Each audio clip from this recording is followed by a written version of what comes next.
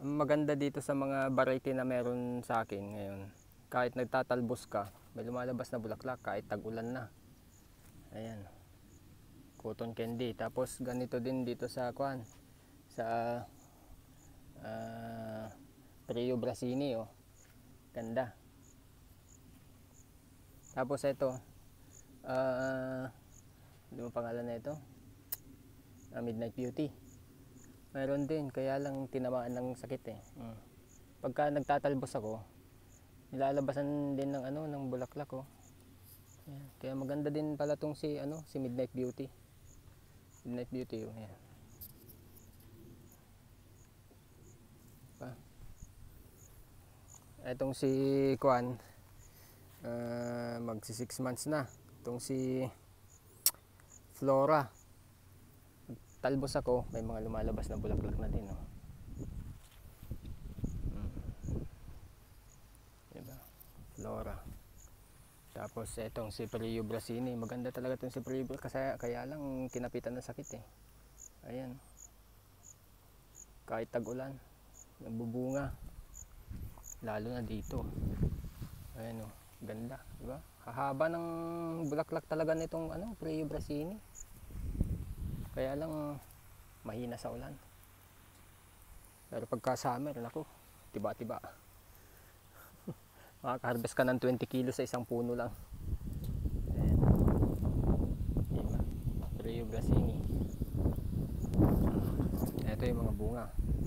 Tinamaan ng trips. Maulan kasi, kaya nagkakaganyan din. Ewan ko kung sa trips o sa kwan na, dahil sa tubig ulan. Yan yung mga bunga niya. Marami din. Yun. Kaya lang may scratch. Pangit lang tignan.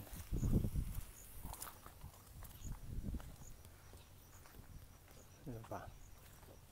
Ito si Athos. Malapit na din, mga lang to, mga 1 week to 2 weeks na lang mag-harvest na. Marami pa din natira, kaya lang mas marami yung tinanggal natin kasi nga tinamaan ng sakit. Kailangan natin tanggalin para hindi mahawa yung iba.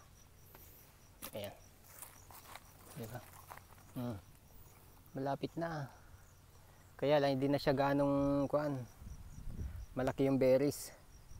Kasi nga nabugbog sa ulan, di nalagyan ng pampalaki ng bunga yung sa pataba. Di ba? Malapit na din. Mga 1 week na lang yan o 2 weeks siguro. Tapos itong Libya, kahit ganito na tag-ulan, talaga lalabas talaga ng bulaklak, oh.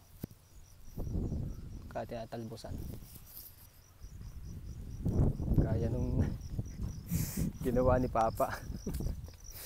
Sabi ko linisan lang yung fruiting cane. Ang ginawa niya ganito, para nag-pruning lang siya.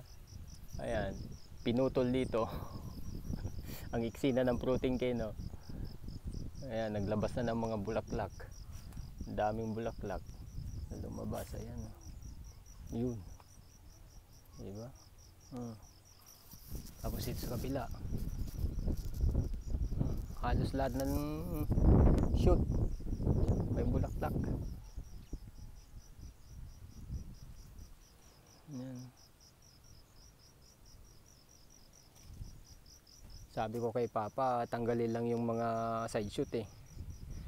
Ang ginawa para nag-pruning talaga, sinagad, oh. Oh, eto na yung fruiting cane niya, may bunga dyan. Ayan, pinutol dyan, ngayon naglabas ng shoot, may mga bulaklak.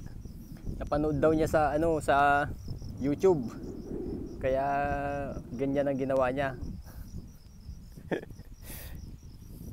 Ngayon wala na tayong pagbubungain sa susunod, pero isasagad na lang natin, mga mag-spore pruning na lang siguro tayo, mga 2 o 1 ang iiwan nating sa fruiting cane. Ayan.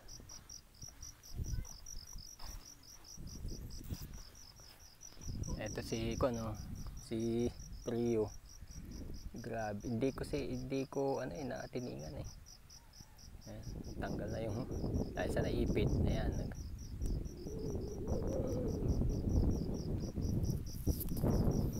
Ewan ko kung anong gagawin ko dito. Antayin ko na lang na hanggang sa September. Mapruningan at malinisan. Ito si Everest. Malalaki talaga yung bunga ng Everest. Oh. Beres niya. Kaya lang, kaya ng sinabi ko, nung una may mga scratch na. Ayan. Marami pa din bunga kaya may mga scratch. Si Mondrops may scratch na din. Ayan. Ayan lang.